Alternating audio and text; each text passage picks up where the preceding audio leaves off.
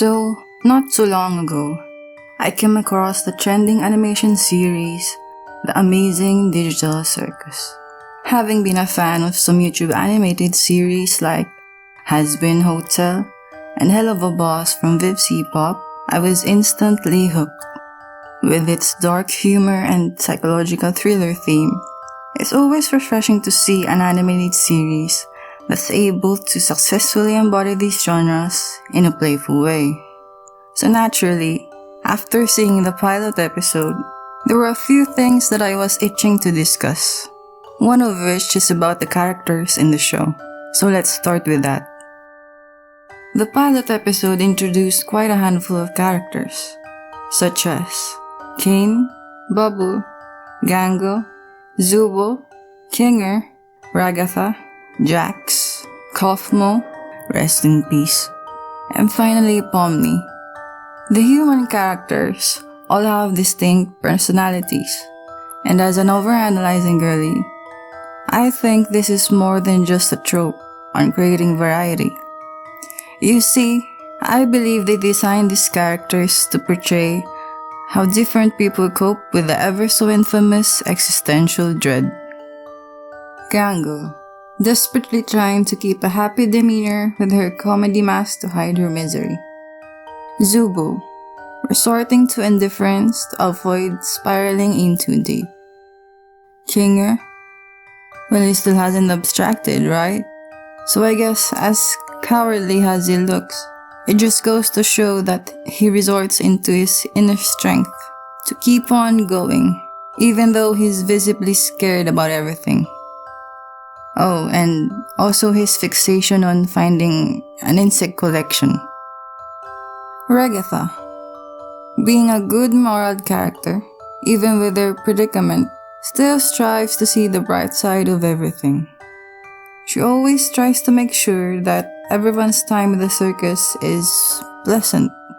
Interesting fact though, I've read somewhere that her name can be rooted to Agatha, and Agatha is a Greek name that means good and honorable. So I thought that was pretty cool, and it fits her character very well. Anyway, moving on. Jax. I don't even know where to start.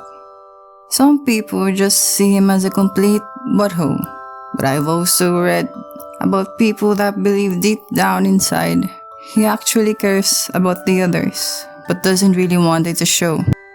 Well, I think that there's a chance of either one being true, but we'll see as the show progresses.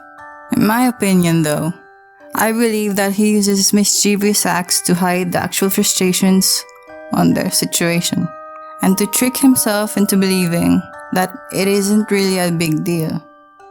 You know, like an angsty teenager. Next up is Kaufmo. Again, rest in peace. So Kaufmo may seem like an odd one out, since he basically died. Abstracted. But hear me out. I believe Kaufmo can actually be interpreted as someone who failed to find a suitable coping mechanism for their existential dread. All we know about Kaufmo is that he was obsessed with finding the exit, right? But if we'll take the other characters' account, at least two of them have said that they were sorry about not finding his jokes funny when he was abstracted and going on a rampage.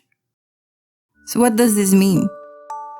As a clown, telling jokes and trying to make people laugh was his coping mechanism, his purpose in the circus. It was what kept him occupied and distracted. But the moment when he finally gave up on it, probably because the others didn't find his jokes funny, he spiraled into depression, and all his mind could focus on was wanting to find an exit. And so then he ended up abstracting. Now if this was true, that means everyone also has the exit lingering inside their minds, which means anyone is at risk of abstracting. Their thoughts on finding an exit may not be as extreme as Kaufmo, and they may not believe that there is an exit. But everyone has clearly strived to find a way out.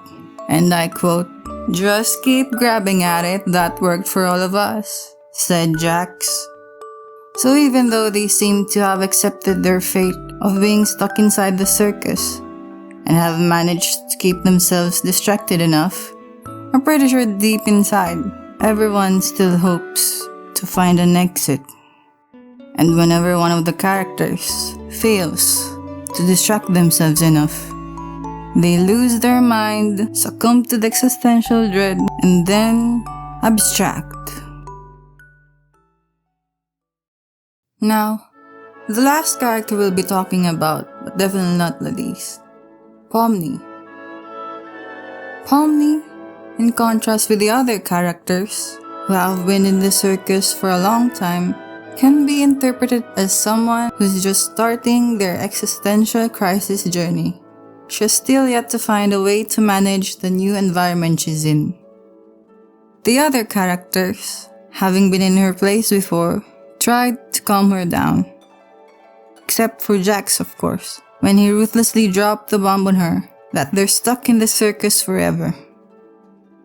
Now, what seems to set Pomni apart from the other characters is the fact that she's the only one that's able to see an exit.